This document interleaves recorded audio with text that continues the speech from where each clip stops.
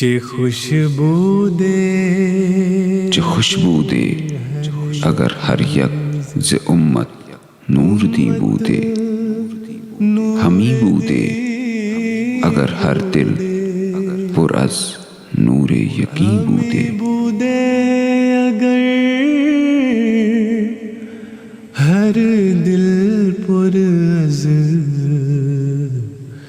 نور یقین بودے۔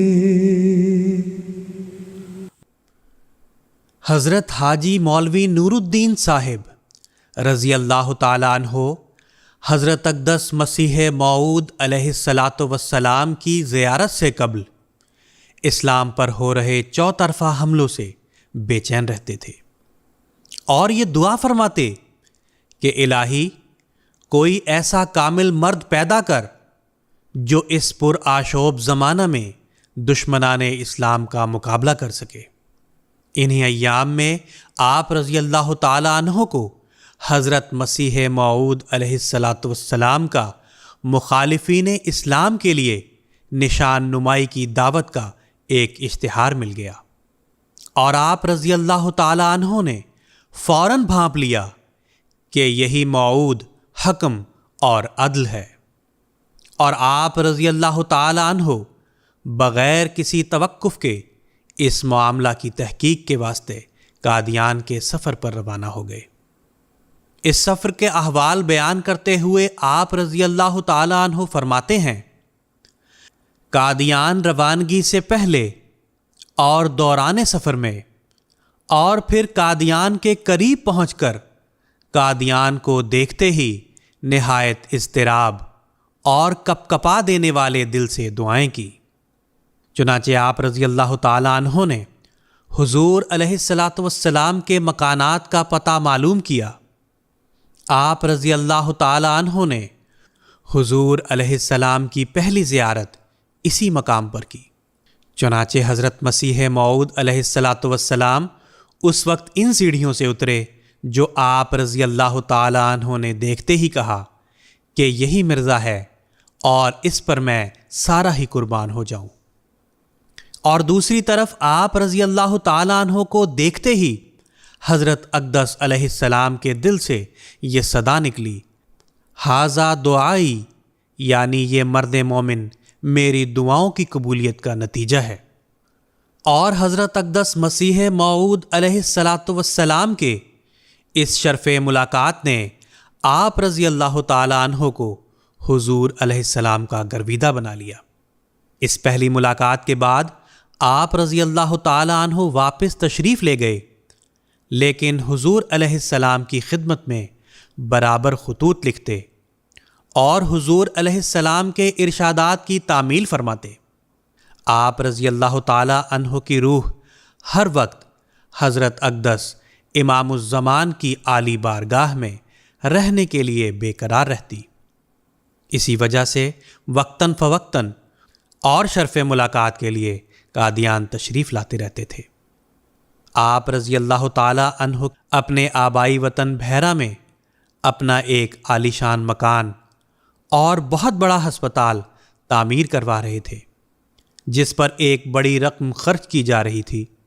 تعمیر کے دوران ہی سن 1893 عیسوی میں آپ رضی اللہ تعالیٰ عنہ کسی کام سے بحیرہ سے لاہور تشریف لائے۔ وہاں خیال آیا کہ اب یہاں تک آیا ہوں تو قادیان جا کر حضرت مسیح موعود علیہ الصلاۃ والسلام سے ملاقات کراؤں۔ قادیان پہنچے تو حضرت مسیح موعود علیہ السلام سے ملاقات کی۔ حضور نے خود ہی دوران گفتگو فرمایا کہ اب تو آپ فارغ ہو گئے۔ آپ رضی اللہ تعالیٰ عنہ نے عرض کیا، ہاں حضور، اب تو میں فارغ ہی ہوں۔ اس کے کچھ دنوں کے بعد حضرت مسیح موعود علیہ الصلاۃ والسلام نے خلیفہ اول رضی اللہ تعالیٰ عنہ سے فرمایا، اب آپ اپنے وطن بحیرہ کا خیال بھی دل میں نہ لائیں۔ حضرت خلیفۃ المسیح الاول رضی اللہ تعالیٰ عنہ فرمایا کرتے تھے کہ میں دل میں بڑا ڈرا کہ یہ تو ہو سکتا ہے کہ میں وہاں کبھی نہ جاؤں، مگر یہ کس طرح ہوگا کہ میرے دل میں بھی بحیرہ کا خیال نہ آوے۔ مگر آپ رضی اللہ تعالیٰ عنہ فرماتے ہیں کہ خدا تعالیٰ کے بھی عجیب تصرفات ہوتے ہیں۔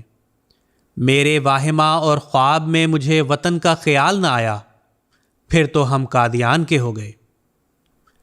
اس ہدایت کے بعد حضرت خلیفۃ المسیح الاول رضی اللہ تعالی عنہ نے مستقل قادیان میں رہائش اختیار کی اور پھر واپس اپنے وطن نہیں گئے۔ کچھ عرصہ آپ رضی اللہ تعالی عنہ دارالمسیح کے اس حصہ میں رہائش پذیر رہے، پھر اپنے مکان میں مستقل رہائش اختیار کی۔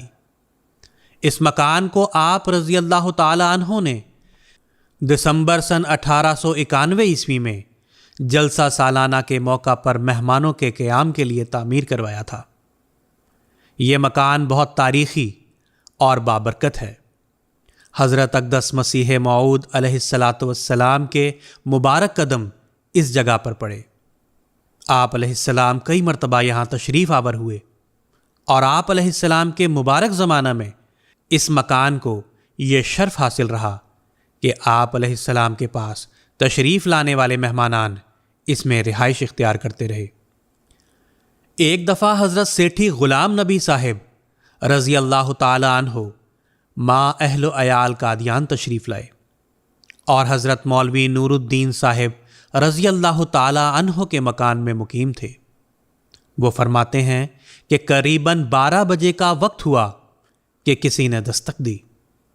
جب میں باہر آیا تو دیکھا حضرت مسیح موعود علیہ الصلاۃ والسلام ایک ہاتھ میں لوٹا اور ایک ہاتھ میں لیمپ لیے کھڑے ہیں۔